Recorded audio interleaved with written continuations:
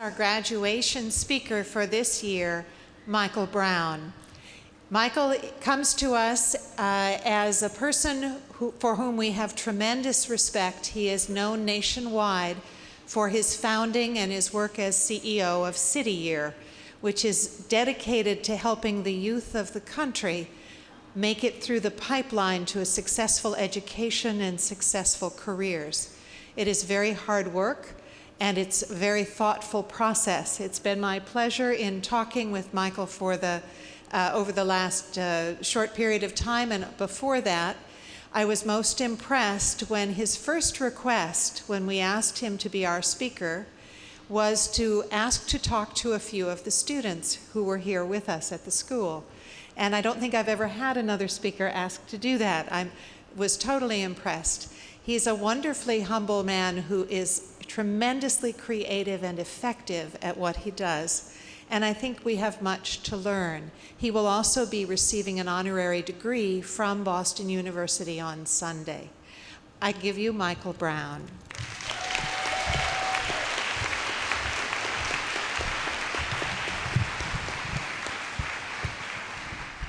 Thank you, Dean Steckedy, for the very kind and warm introduction.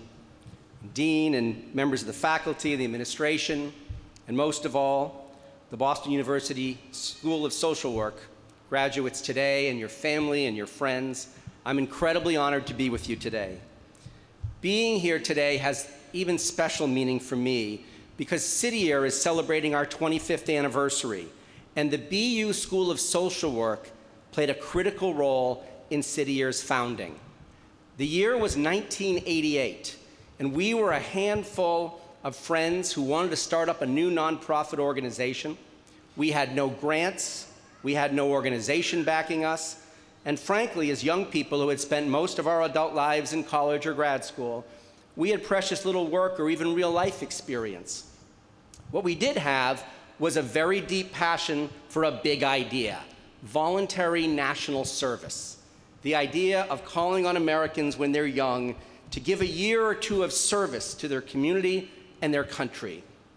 We felt that national service was literally a missing link in our democracy, a civic rite of passage, an untapped multi-billion-dollar service resource, and a pathway to a more just society. So to get started, we made a list of the people in Boston who inspired us, people who we knew we could learn from. And at the top of that list was Hubie Jones. He was the dean of the BU School of Social Work. The meeting was supposed to be for 15 minutes. It was just an office hours stop by, but it lasted for 2 hours.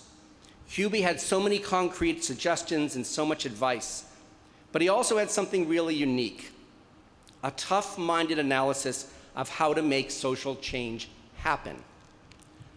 We have always said that our meeting at the dean's office at the BU School of Social Work turned City Year from an idea into a program. Hubie is one of the most idealistic and committed and thoughtful persons I have ever known. He's still going strong at 80, as many of you know. To date, he has founded, built, or saved more than 30 nonprofit organizations in Boston.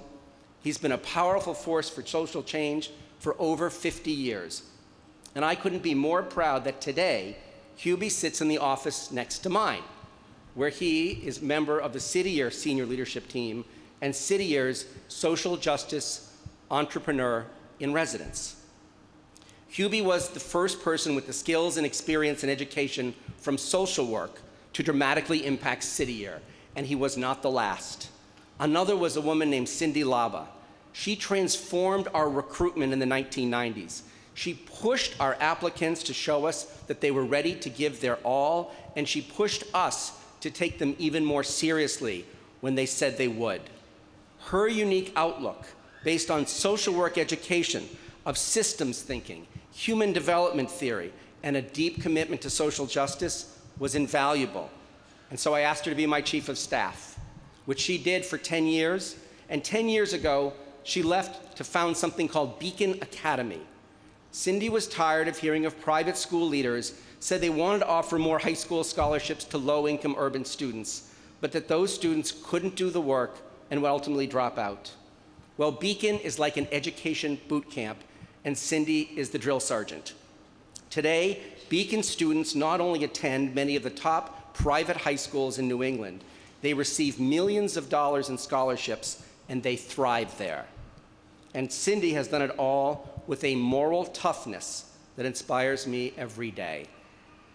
And for many years, I've had the privilege of working with U.S. Senator Barbara Mikulski, who started her career, as you may know, as a social worker in Baltimore. Senator Mikulski has a fierce commitment to speaking up for the powerless, the dispossessed, and the vulnerable. She is a fighter every day for what she believes in. And because of her, AmeriCorps has received federal funding for hundreds of thousands of young people to serve.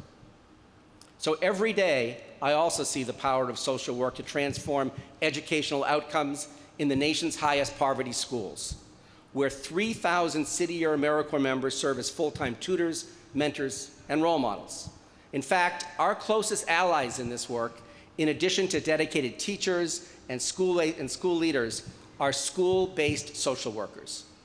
A student who has a pressing life issue, like a parent who is being deported, or is homeless, or is experiencing violence in their home or their neighborhood, cannot possibly come to school ready to learn until that life-pressing issue is resolved. Social workers make that possible. So I know from personal experience that there is a powerful social work mindset, and frankly, it's not one of simple compassion, of, say, being nice. It's a mindset with a deep commitment to social transformation, to truth-telling, and to moral-based decision-making and action, all of which you know. That is Hubie Jones, that's Cindy Laba, that's Senator Mikulski, and those are the many social workers alongside City-Year Corps members. They are not merely nice, they are necessary. In fact, they are crucial and essential, and they have been among the most important partners in my work for 25 years. Now, perhaps because it's the 25th anniversary year, I've started to reflect on the lessons I've learned in leading this life committed to social change. I thought I'd share a few with you. The first lesson that I've learned is that everything is possible and that can be possible begins with your own personal passion. Passion is infectious, and passion gives you the resilience that you need to bounce back when things get hard, and they will. The second lesson I've learned is that if you want to be truly effective in social change, you need to transcend both guilt and anger as primary motivators for our work or a framework for our decision-making. Anger will always push people away, and acting out of guilt tends to patronize those we wish to empower and serve. But by far the biggest lesson I've learned is that your commitment brings about the commitment of others. Your commitment is a force multiplier. There's a Scottish writer named William Hutchinson Murray who wrote these words about commitment.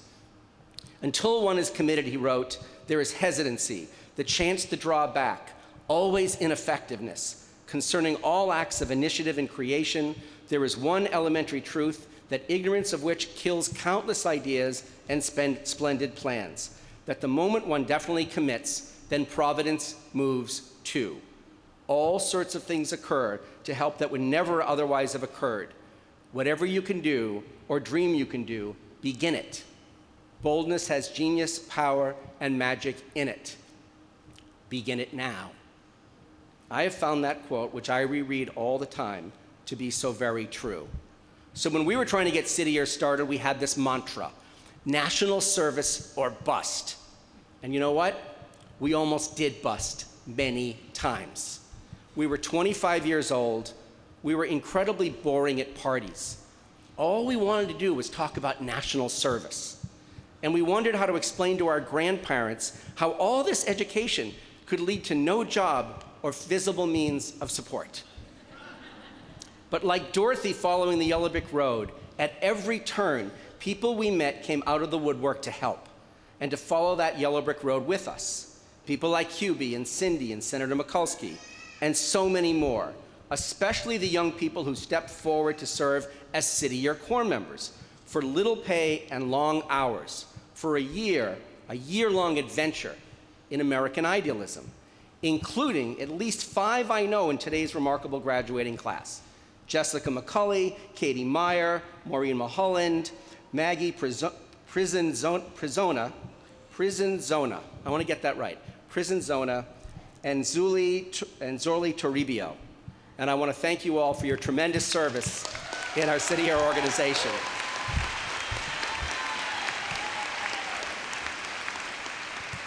And that was the part of the speech I practiced the most. Today, City Year's Yellow Brick Road leads from Boston to Los Angeles, from San Antonio to Detroit, and from London to Johannesburg. And we had no idea it would lead there when we started. And when you begin your professional careers, as you begin your professional careers, I just wanted to tell you that little bit about my story, because in a world that too often idealizes material success and social status and red-carpeted celebrity and personal ambition, getting a degree in social work and pursuing a career in the social justice professions can feel, I'm sure at least at times, like you are like Dorothy, a long way from home, that you are on an uncertain path. Perhaps sometimes you can feel out of step with the pursuits of your peers, even your society. That is why the love and support of all of your parents and family here today matters so much. As you know, they are your cheerleaders. My own parents were incredibly supportive of me, and it made all the difference. My mother, Mickey Brown, is here today. Mom's still cheering me on 50 years later and 25 years into City Year.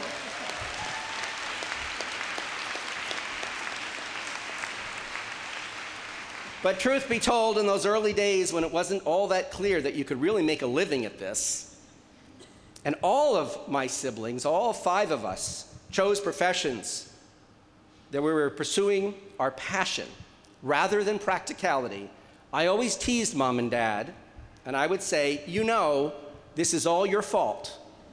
If your children are hell-bent on trying to change the world and on following their passions, you only have yourself to blame. We are, after all, acting on the values that you instilled in us and on what you taught us and in the way that you have lived your life. So today, if we do nothing else, we need to cheer for our cheerleaders. So with that, I want to ask all the graduates to stand up, turn around one more time, and cheer for your cheerleaders.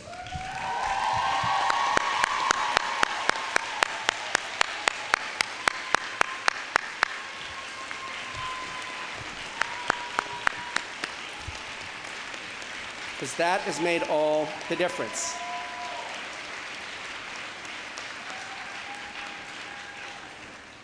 So here's the good news.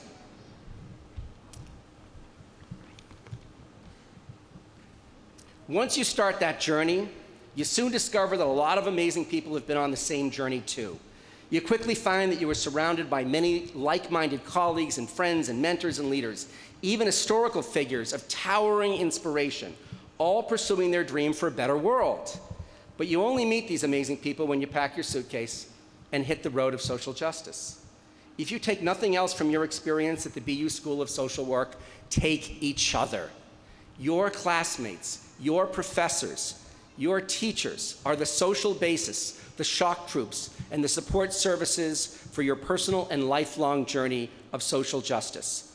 And today, unlike in 1988, through the magic of Twitter and Facebook, you can hold them all in the palm of your hand.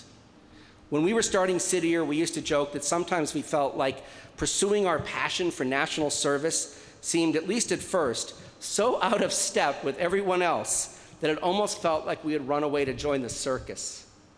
But you know what? Helping poor and vulnerable people succeed, pursuing a civic passion, a dream for social justice, or a new order of things that promotes equality, opportunity, and human dignity is no circus.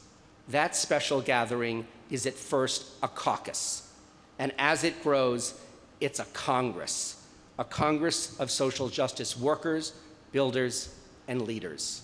And by any measure, not without its setbacks, it is a pretty effective Congress, as the litany of historical triumphs over social injustices can attest to. Most importantly of all, you soon realize that you're not running away from anything.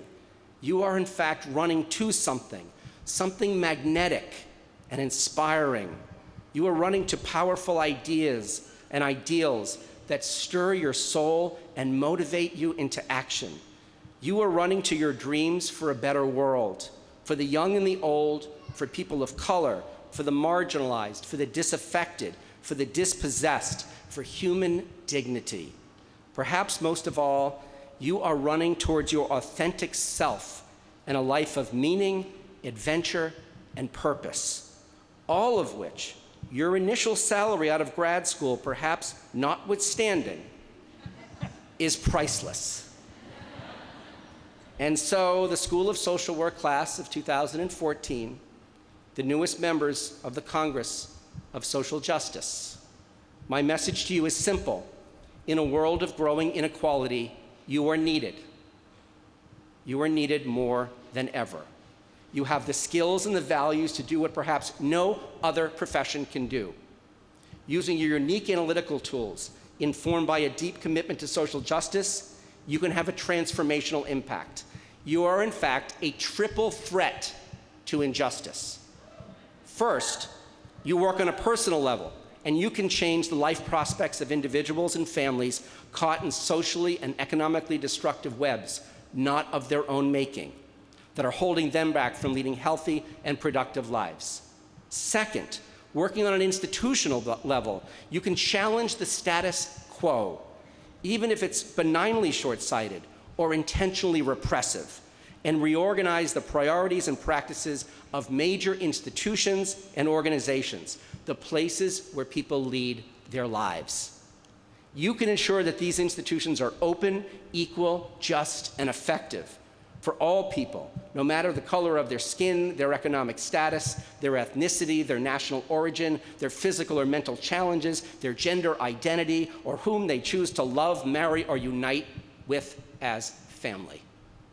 Finally, with the skills, knowledge, frameworks, and especially the friendships and common cause forged right here at the BU School of Social Work, you can transform society at large. You can challenge governmental policies and deeply rooted social and cultural norms that hold us back from fundamental fairness and equality across lines of race, class, and gender. You can, in perhaps the most simplest of terms, fulfill the pledge that we all took every day as children to make this a nation, and I would add a world, truly dedicated to liberty and justice for all.